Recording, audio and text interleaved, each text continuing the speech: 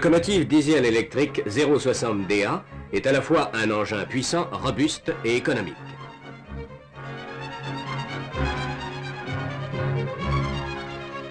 L'équipement vital de cette machine comprend le ventilateur qui assure le refroidissement de l'eau et de l'huile du diesel.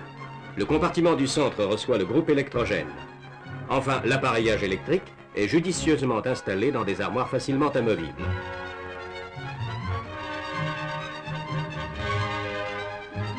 La source de puissance est un moteur diesel de 2000 chevaux à 710 tours minute, comportant deux groupes de 6 cylindres verticaux en deux lignes parallèles, dont les vilebrequins sont accouplés par un multiplicateur de vitesse qui entraîne à 1020 tours minute la génératrice électrique.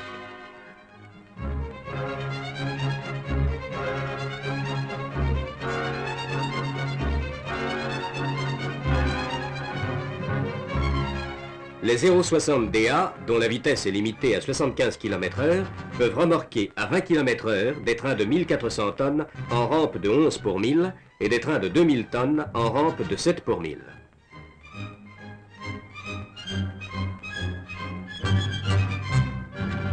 D'autre part, il a été prévu que la vitesse doit pouvoir être portée à 105 km/h en modifiant le rapport des engrenages, ceci en vue d'un emploi éventuel à des services de messagerie sur des grandes lignes.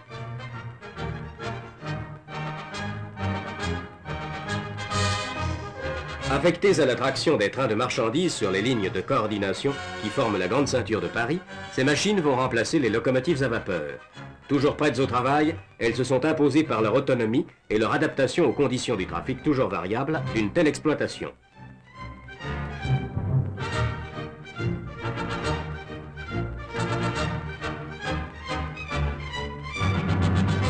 Élégante et trapue, voici la sœur cadette, la 060DB.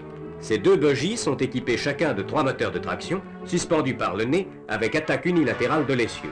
Elle peut entraîner des trains de voyageurs de 350 tonnes à la vitesse de 130 km/h et des marchandises de 1600 tonnes à 40 km/h.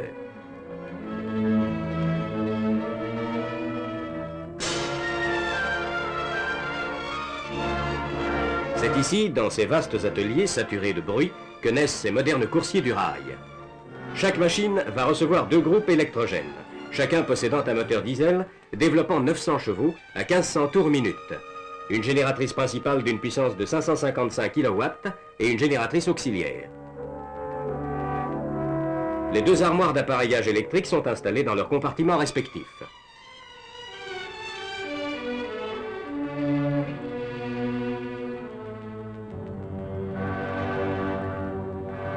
Enfin, la mise en place du pupitre de conduite va concrétiser l'entrée dans la vie d'une nouvelle machine diesel électrique.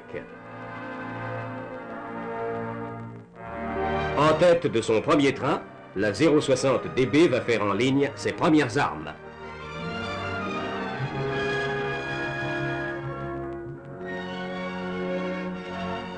En route, les deux diesels transmettent par l'intermédiaire des génératrices leur puissance aux 6 moteurs de traction.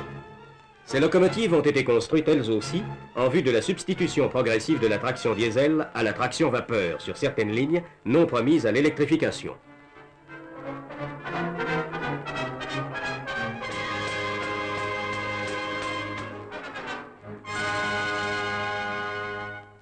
À l'intérieur, des espaces suffisants permettent d'observer le fonctionnement des engins moteurs auxiliaires.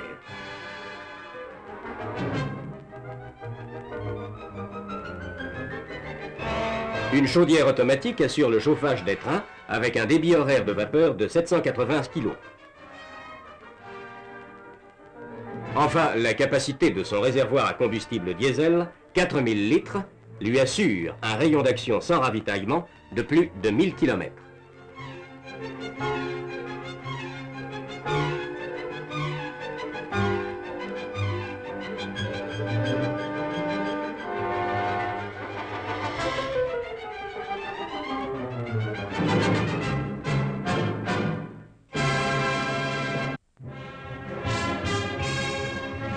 Ce prototype, réceptionné par la SNCF en janvier 1957, est une adaptation de l'autorail Budd RDC en service aux États-Unis. Une des caractéristiques de cet engin est l'emploi de deux moteurs diesel horizontaux, 6 cylindres à 2 temps, développant chacun 275 chevaux à 1800 tours, placés sous la caisse.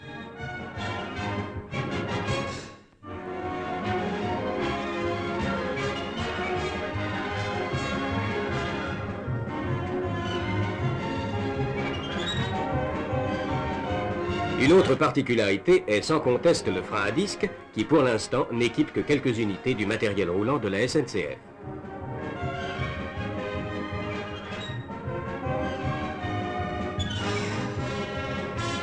Toute la partie mécanique et les auxiliaires sont rassemblés sous le châssis. Les moteurs, montés élastiquement, forment bloc avec une transmission hydromécanique à convertisseur de couple et un inverseur de marche, permettent une vitesse de 140 km/h. Chaque groupe moteur attaque un essieu d'un bogie.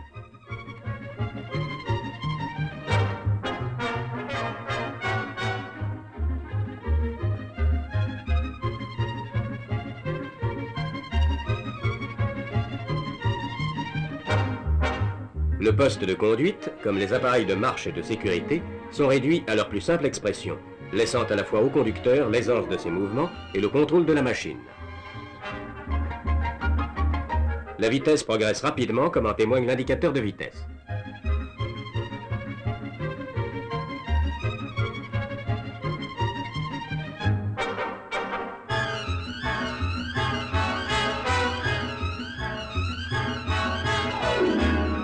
On atteint le 120 à l'heure.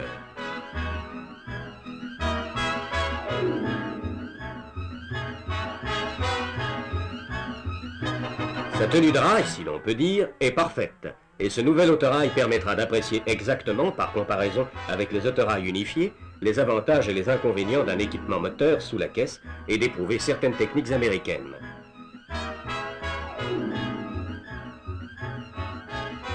L'installation de la partie mécanique située sous le châssis pourrait faire croire à un inconvénient pour son entretien. Des dispositions spéciales ont été prévues. Un chariot muni de vérins va permettre l'évacuation rapide du bloc moteur transmission, ce dernier ayant été préalablement libéré de ses commandes et de ses relations avec les appareils de traction.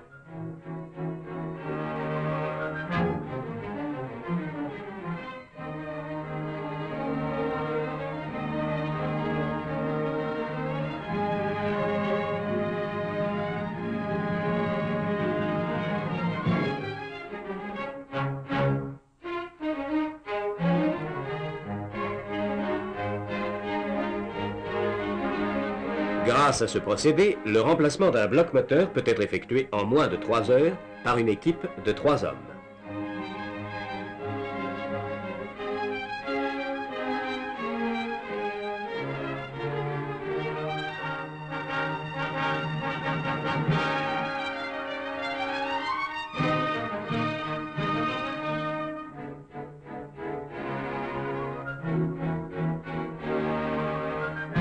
Destiné à la liaison Air-Fer Paris-Londres via Étaples, ce nouveau venu sur le réseau ferroviaire français a connu dès le premier jour de sa mise en service des voyageurs amateurs de chemin de fer et d'aviation.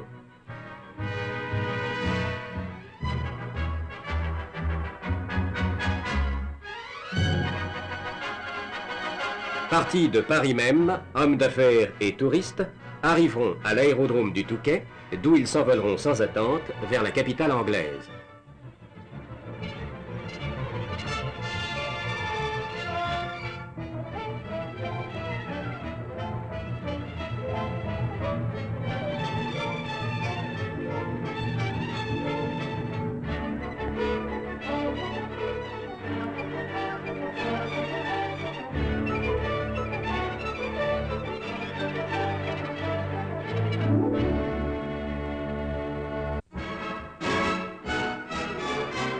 Cet engin, dont la forme est pour le moins surprenante, est un prototype expérimental. Réalisé par les ateliers de la SNCF de Sotteville sur les dessins établis par la direction du matériel et de la traction, c'est la voiture dite pendulaire. Elle possède 2 bogies à roues indépendantes pour annuler tout mouvement de lacet, car pour circuler à grande vitesse, il faut que le véhicule ne soumette pas la voie à des efforts latéraux exagérés.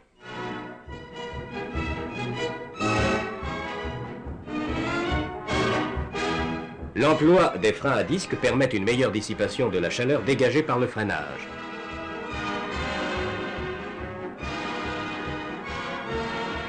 L'attelage est automatique.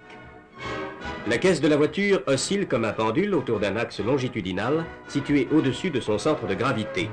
Le but de cette innovation et d'assurer le confort du voyageur afin de lui éviter la désagréable sensation due à l'accélération centrifuge dans les courbes prises à grande vitesse.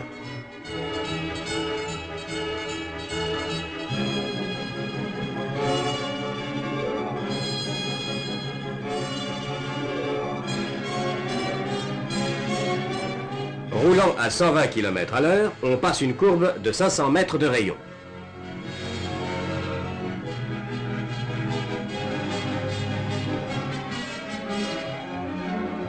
Vue de la voiture pendulaire, à l'attaque d'une courbe à gauche, la voiture précédente, chassée vers l'extérieur par la force centrifuge, semble s'incliner vers la droite d'une façon inquiétante. Ce n'est qu'une apparence. La caisse de la voiture pendulaire a pris d'elle-même la même inclinaison vers le centre de la courbe qu'un pendule. L'inclinaison de la caisse peut aller jusqu'à 18 degrés à droite et à gauche sans engager le gabarit. Cette voiture, qui a déjà nécessité la solution de nombreux problèmes inédits, est un engin de recherche pour d'autres problèmes susceptibles de se poser dans l'avenir.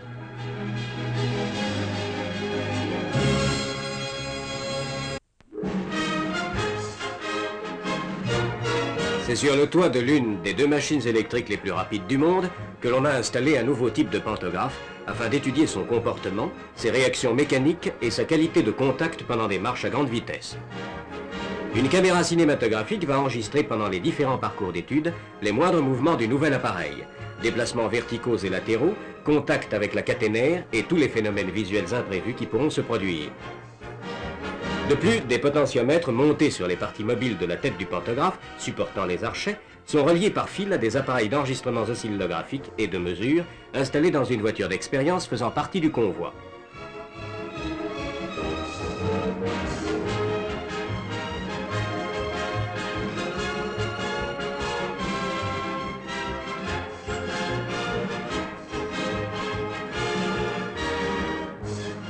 Un laboratoire de photographie permet le développement immédiat des bandes oscillographiques.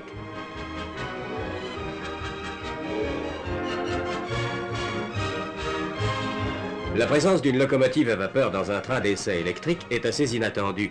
Ces expériences furent faites sur le parcours Aulnois-Valenciennes, électrifié en 25 000 volts, 50 périodes.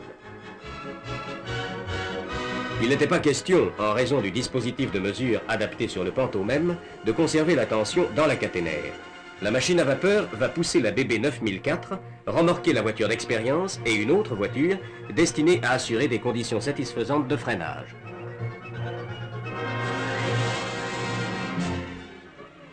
La caténaire s'allonge en ligne droite devant le train qui prend de la vitesse.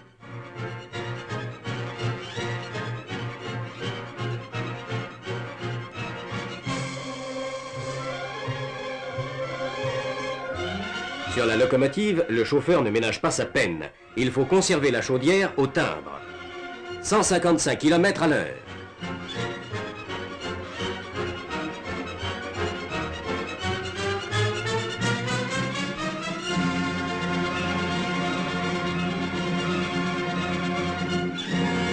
On passe la gare du Quesnoy à 160.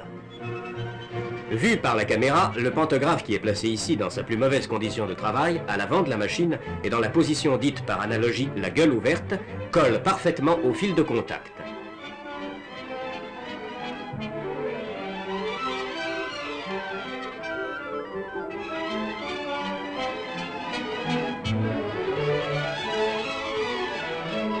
Encore plus vite, l'aiguille du flamand est bloquée.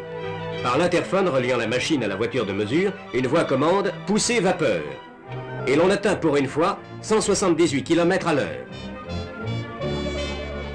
C'est ainsi que pendant plusieurs jours, à des vitesses variant autour de 160, ce nouveau venu dans la famille des pantographes fut étudié et ausculté. Ses moindres défauts furent découverts et toutes ses réactions enregistrées puis analysées grâce au cinéma et aux enregistrements oscillographiques, ce qui a permis aux techniciens d'en faire un excellent outil.